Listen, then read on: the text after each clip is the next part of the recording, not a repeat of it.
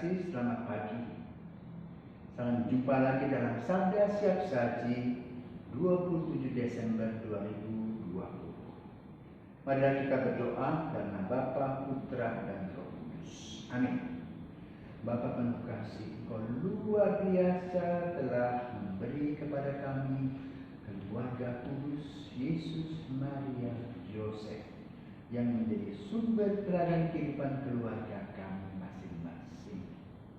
Kasih menyertai mereka, pengertian merupakan bagian dari kehidupan mereka, sehingga mereka penuh dengan damai dan sukacita. Melalui peringatan keluarga kudus ini, kami mohon kepadamu ya Tuhan, semoga Engkau memberkati keluarga kami masing-masing. Biarlah kami boleh menjadi anak damai, biarlah kami boleh menyemai nilai-nilai Kristiani di dalam keluarga kami, sehingga kami boleh berbahagia telah menjadi orang-orang yang Kau percaya untuk melaksanakan cinta kasih itu sendiri. Demi Kristus Putra dan Penangkara kami kini dan sepanjang masa. Amin.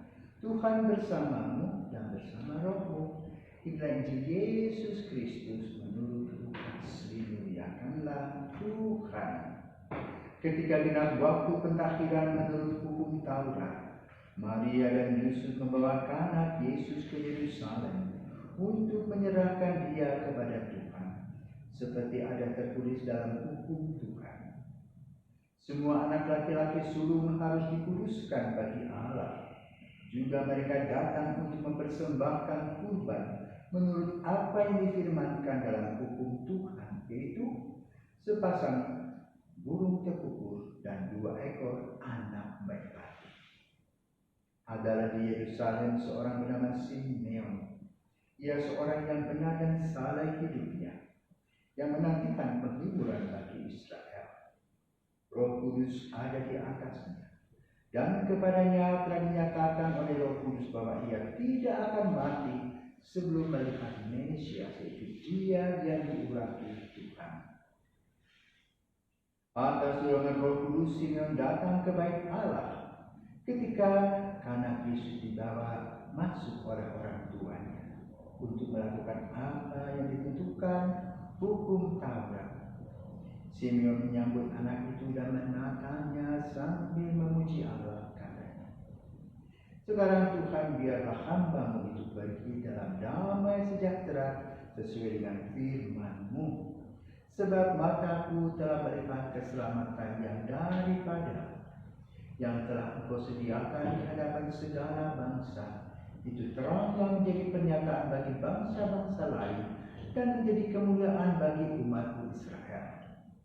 Yusuf dan Maria amat heran akan segala sesuatu yang dikatakan tentang anak Yesus.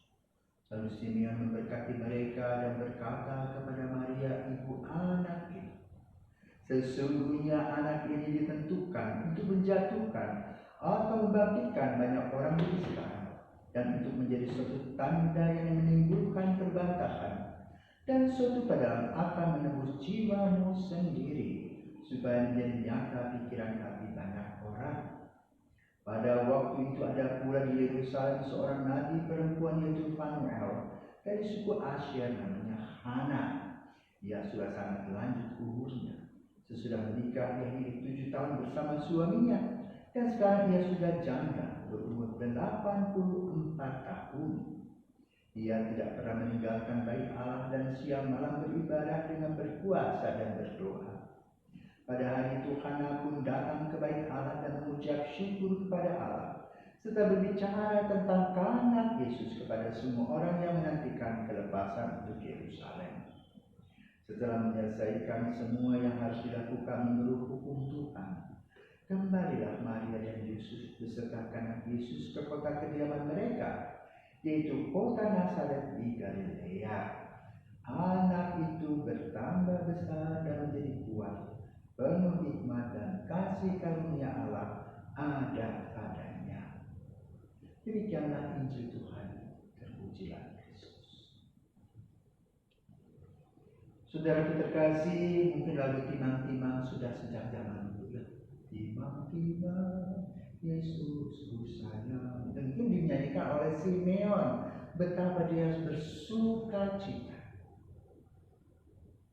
Pertama Simeon melihat anak muda ini, keluarga muda ini luar biasa, punya iman. Mereka melakukan tugas sebagai seorang keluarga beriman, datang ke bait Allah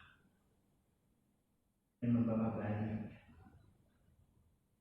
mempersembahkan bayinya kepada Tuhan. Dengan kata lain, Yusuf dan Maria tahu aturan bagaimana mendidik iman, mengajarkan anak untuk mengenal Allah, mengenal situasi dan kondisi iman mereka. Kedua, bukan gampang dari Nazaret ke Yerusalem. Perjalanan cukup jauh. Karena itu, Yusuf dan Maria dengan sengaja datang ingin memberi waktu dan diri mereka dalam proses penjadian nilai-nilai, penanaman nilai-nilai iman. Itu di dalam Injil pada hari ini, sadar atau tidak sadar kita diajak, khususnya untuk keluarga kita sebagai keluarga Katolik yang mempunyai tugas dan kewajiban menanamkan nilai-nilai iman sejak dini. Yang kedua, penanaman nilai tersebut ditanam dengan damai dan sukacita. Tahu kata aturan, tahu etika, tahu di mana duduk, di mana berdiri. Itulah keluarga kudus Yesus, Maria, Yosef. Berbahagialah keluarga yang belajar untuk menanam nilai-nilai. Karena apa? Pohon cinta kasih yang mereka tanam itu akan tumbuh dari waktu ke waktu dalam berkat Tuhan dan akan menghasilkan buah-buah yang indah di dalam hidup anak-anak. Maka pada hari ini kita memberikan keluarga kudus. Yang kedua, kita melihat adanya Simeon dan Hana. Bagaimana proses anak muda menjadi berkeluarga sebagai keluarga muda, keluarga dewasa, dan memasuki masa pensiun. Simeon dan Hana menjadi orang yang mewakili para lansia, yang mengisi waktu mereka dengan berdoa, dengan bersyukur kepada Tuhan untuk kasih karunia yang telah dilimpahkannya. Maka kalau kita melihat ke belakang, flashback, begitu banyak kasih karunia yang Tuhan berikan kepada kita. Maka di masa lansia, mari menikmati kasih Tuhan yang tiada tara, tiada tergantikan. Ingatlah kenangan-kenangan manis di mana Tuhan mengiringi perjalanan hidup mereka dan kehidupan kita. Ketika kita susah dengan air mata, Tuhan memberikan bantuan. Tuhan membukakan mata dan pikiran kita. Tuhan memberikan kepada kita jalan keluar. Ketiga, perjumpaan Maria Yusuf Simeon melahirkan sebuah kata yang indah. Itu apa? Syukur. Karena kita diberikan waktu untuk saling berjumpa, saling menyapa. Dan kemudian Simeon sebetulnya memberikan kepada Maria, seperti diterawang begitu, apa yang akan terjadi dengan Maria ini. Disampaikan oleh Simeon, sebuah pedang akan menembus jiwamu sendiri. Kaget.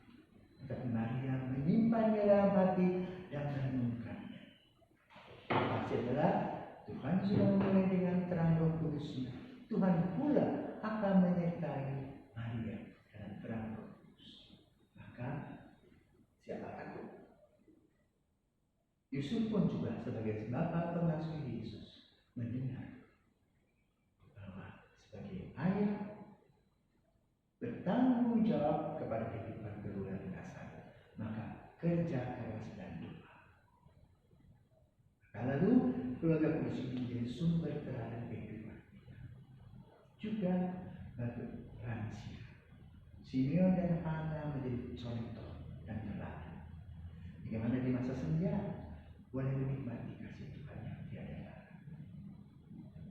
Saudara-saudara terkasih, perjumpaan Maria, Yusuf, Simeon dan Hana diberkati. Kenapa? Hadirnya Yesus di sana. Maka jangan takut, kita percaya bahwa Kristus hadir di dalam hati kita. Apapun yang terjadi, kita nikmati. Jadi seperti air yang mengalir di sungai, di mana ada bebatuan baru. Bila ada tempat yang luruslah jalan. Bila harus turunlah. Bila harus naik, turun sabar. Menunggu air yang lain datang, barulah kita menyeberang. Itulah kehidupan. Terima kasih Tuhan untuk keluarga kudus yang menjadi sumber terhadap keluarga kami. Semoga dari keluarga-keluarga lahir pemimpin, baik pemimpin duniawi maupun juga pemimpin rohani yang lain. Dan semua itu berasal dari keluarga. Mari keluarga mempersembahkan putra-putrinya kepada Tuhan, berikan yang terbaik. Tuhan selalu menyertai kita. Selamat pagi.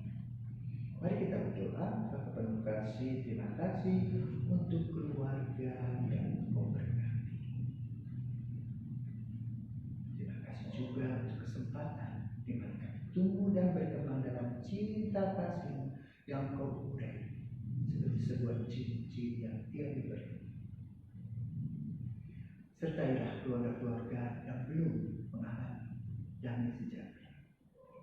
Kami yakin dan percaya Tuhan, Engkau senantiasa membimbing keluarga ini. Yesus Putra-Mu mengantara kami, kini dan sepanjang